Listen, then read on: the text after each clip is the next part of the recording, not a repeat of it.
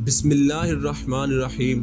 Only for U T V کے معزز دوستوں کو زین یاسین کا السلام علیکم۔ دوستو، وہ کون سے 3 عرب شہزادے ہوں گے جو خانہ کعبہ کا دفن شدہ خزانہ نکالیں گے، اور ان شہزادوں پر کس شکل میں عذاب آئے گا؟ دوستو، نبی کریم صلی اللہ علیہ وسلم کی حدیث مبارکہ میں قیامت اور قیامت کے نزدیک کے وقت کے بارے میں بہت ساری پیشن گوئیاں موجود ہیں۔ حال ہی میں ایک ایسی پیشن گوئی سامنے آئی ہے جس نے دل و دماغ کو ہلا ڈالا ہے اور یہ سوچنے پر مجبور کر دیا کہ آخر عرب کے اندر سے ہی ایک فتنہ کیسے اٹھ سکتا ہے جو خود خانہ کعبہ کے اوپر حملہ آور ہو جائے گا۔ البتہ یہ حقیقت ہے، اور جس حدیث کے بارے میں ہم بات کر رہے ہیں اس حدیث کو پڑھ کر اندازہ ہوتا ہے کہ آخری وقت میں ہم مسلمانوں کا ایمان کس قدر کمزور ہو جائے گا، اور خاص طور پر عرب کے علاقے اور وہاں کے رہنے والے باشندے کس طرح سے ایک بھیانک آزمائش کی لپیٹ میں لے لیے جائیں گے، جو نہ صرف ان کے ایمان کے لیے تباہ کن ہوگی بلکہ ان کے جان و مال کے لیے بھی نہایت تباہ کن ثابت ہوگی۔ وہ کون سا عرب شہزادہ ہوگا جو کعبۃ اللہ پر حملہ کرنے کی کوشش کرے گا، اور تب امام مہدی کس طرح سے اسے روکیں گے، اور وہ کون سا لشکر ہوگا جو امام مہدی کو سزا دینے کے لیے روانہ کیا جائے گا لیکن زمین پھٹ جائے گی اور وہ لشکر زمین میں دھنسا دیا جائے گا؟ وہ کون سا لشکر ہوگا جو امام مہدی کی مدد کے لیے روانہ ہوگا لیکن اس لشکر میں کمزور ایمان والے بھی موجود ہوں گے جو کسی بھی وقت خطرہ بن سکتے ہوں گے؟ دوستو، یہ تمام باتیں آج کی ہماری اس ویڈیو کا موضوع ہے، اور ہماری آپ سے گزارش ہے کہ اس ویڈیو کو آخر تک ضرور دیکھیے گا۔ دوستو، سیدنا عبداللہ بن مسعود رضی اللہ تعالیٰ عنہ سے روایت ہے کہ قیامت نہیں آئے گی یہاں تک کہ عرب میں مختلف خلیفوں کے 3 بیٹے یعنی 3 خلافتوں کے 3 شہزادے کعبۃ اللہ کے نیچے دفن خزانے کی ملکیت کے بارے میں جھگڑا نہ کریں اور ان کے درمیان ایک خون ریز جنگ نہ چھڑ جائے۔ آگے بڑھنے سے پہلے ہم آپ کو بتاتے چلیں کہ خانہ کعبہ شروع سے ہی اس طرح نہیں تھا جس طرح سے ہم اسے دیکھ رہے ہیں۔ جب حضرت اسماعیل علیہ السلام اور ان کی والدہ اماں ہاجرہ علیہ السلام نے مکہ شہر کے آس پاس رہنا شروع کیا تو اس وقت بنو جرم نام کا ایک قبیلہ وہاں پر اماں ہاجرہ کی اجازت سے آباد ہوا، کیونکہ اس کے پاس ہی زمزم کا کنواں بھی موجود تھا۔ دن گزرتے چلے گئے یہاں تک کہ ایک دن وہ آیا جب قریش نے، جو بنو اسماعیل کی اولاد سے تھے، کئی صدیوں بعد مکہ شہر سے بنو جرم کو مار بھگایا۔ بنو جرم شکست کھا کر بھاگنے سے پہلے اپنا تمام تر خزانہ، جس میں کعبۃ اللہ کا خزانہ بھی شامل تھا، وہ زمزم کنویں کے پاس اور خانہ کعبہ کے درمیان میں کسی خفیہ مقام پر اس طرح دفن کر کے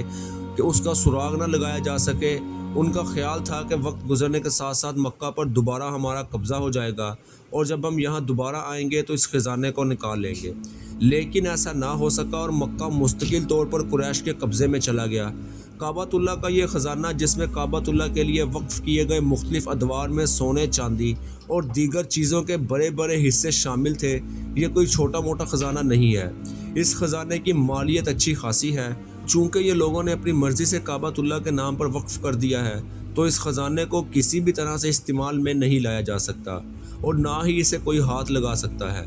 اس خزانے کی چند ایک چیزیں خود کعبۃ اللہ کے اندر کے فرش میں بھی دفن ہیں، لیکن انہیں بھی چھوا نہیں جا سکتا۔ یہاں پر یہ بات بھی یاد رہے کہ اس خزانے میں سونے اور سونے سے بنے ہوئے مختلف ہتھیاروں اور ظروف کی اچھی خاصی مقدار موجود ہے۔ اس کے ساتھ ساتھ مختلف ہتھیار بھی شامل ہیں جو چاندی اور سونے کی ملاوٹ سے بنائے گئے، جبکہ کچھ ہتھیار لوہے سے بنائے گئے۔ اس طرح یہ خزانہ اپنے آپ میں قدیم ہونے کے لحاظ سے بھی بے حد قیمتی ہے اور اپنی قیمتی دھاتوں کے لحاظ سے بھی اچھا خاصا بیش قیمت ہے۔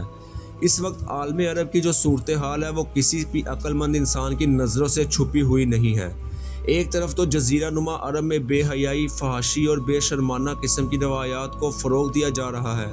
دوسری جانب عرب کے اس علاقے میں قائم مختلف حکومتیں تیزی سے ختم ہوتے ہوئے دنیا میں اپنے اصول و رسوخ اور اپنے شہزادوں کی فضول خرچیوں سے کم پڑتے خزانوں کی وجہ سے شاید پریشان ہیں۔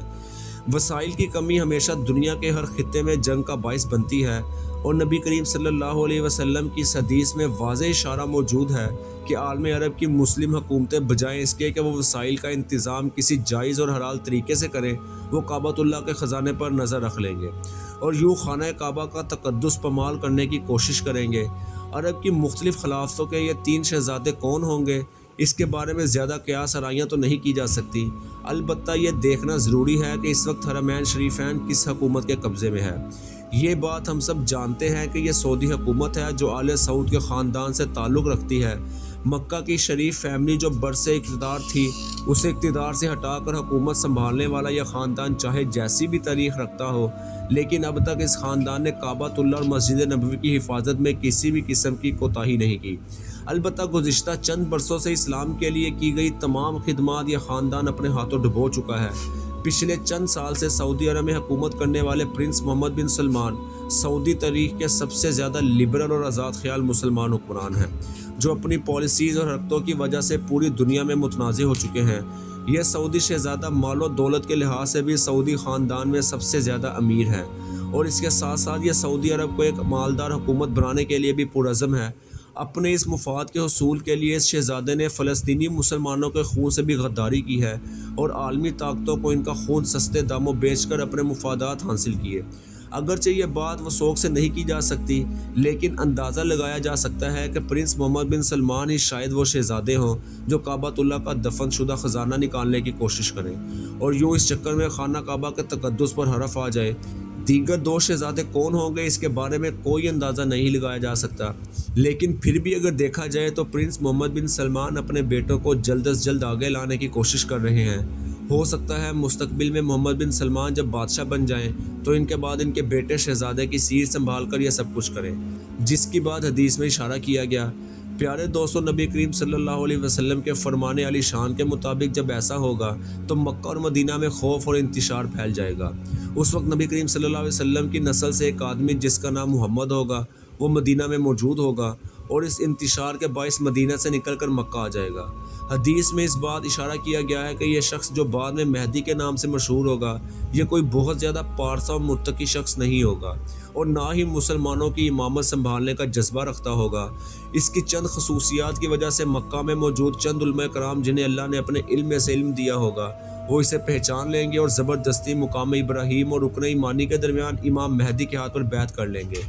دوستو، اسی رات اللہ تعالیٰ اپنے رحمت کاملہ سے امام مہدی کے دل و دماغ کو مکمل طور پر اسلام کی جانب پھیر دے گا اور وہ مسلمانوں کی امامت کا بیڑا اٹھا لیں گے۔ اگلے روز امام مہدی کے بڑھتے ہوئے مقبولیت سے خائف ہو کر عرب کے مسلمان اور شام سے آنے والے ایک لشکر میں اتحاد ہو جائے گا اور شام سے آنے والا وہ لشکر بڑی تیزی سے مکہ کی جانب بڑھے گا تاکہ امام مہدی اور ان کے ساتھیوں کی سرکوبی کی جا سکے، مگر یہ لشکر صحرا کی خوفناک طوفان میں پھنس کر زمین میں دھنسا دیا جائے گا۔ اس کے بعد شام کے لوگ ایک لشکر کی صورت میں دوبارہ مکہ کی طرف آئیں گے اور امام مہدی کے ہاتھ پر رکن ایمانی اور مقام ابراہیم کے درمیان بیعت کر لیں گے۔ اس کے بعد مشرق سے ایک لشکر جو خراسان سے نکلے گا اور کالے جھنڈوں پر مشتمل ہوگا، وہ بھی امام مہدی کی مدد اور نصرت کے لیے آئے گا اور امام مہدی کی قیادت میں یہ تمام اکٹھے ہو جائیں گے۔ اسی دوران دجال کا ظہور بھی ہو چکا ہوگا اور امام مہدی ان تمام عرب لشکروں کو بھی شکست دیں گے جو خانہ کعبہ پر قبضہ کر کے یہاں کا خزانہ نکالنا چاہیں گے۔ حدیث کے الفاظ میں یہ وقت عرب کے ان کمزور ایمان کے مسلمانوں کے لیے بے حد مشکل ہوگا اور امام مہدی علیہ السلام کا لشکر ان عربوں کو چن چن کر قتل کر دے گا جو کسی بھی لحاظ سے خانہ کعبہ کی حرمت اور تقدس کا خیال ذہن میں نہ رکھتے ہوئے یہاں کا خزانہ حاصل کرنا چاہتے ہوں گے۔ مکمل طور پر یہ حالات کس طرح وقوع پذیر ہوں گے اس کا اندازہ تو ظاہر ہے آنے والے وقت میں ہی ہوگا، البتہ ہمیں ہوشیار رہنا چاہیے کیونکہ اس وقت عرب مسلمانوں کی ایمانی حالت اس نہج پر پہنچ چکی ہے کہ واقعی مال و دولت کے لیے یہ لوگ خانہ کعبہ کی حرمت کا پاس بھی نہیں رکھ سکیں گے۔ دوستو، آپ سے گزارش ہے کہ اس ویڈیو کو اپنے پیاروں میں ضرور شیئر کیجیے گا اور اس ویڈیو میں ایک لائک کرنے کے ساتھ اپنے کمنٹ کا اظہار بھی ضرور کیجیے گا۔ ملتے ہیں آپ سے ایک ایسی ہی نئی معلوماتی ویڈیو کے ساتھ، تب تک کے لیے اللہ حافظ۔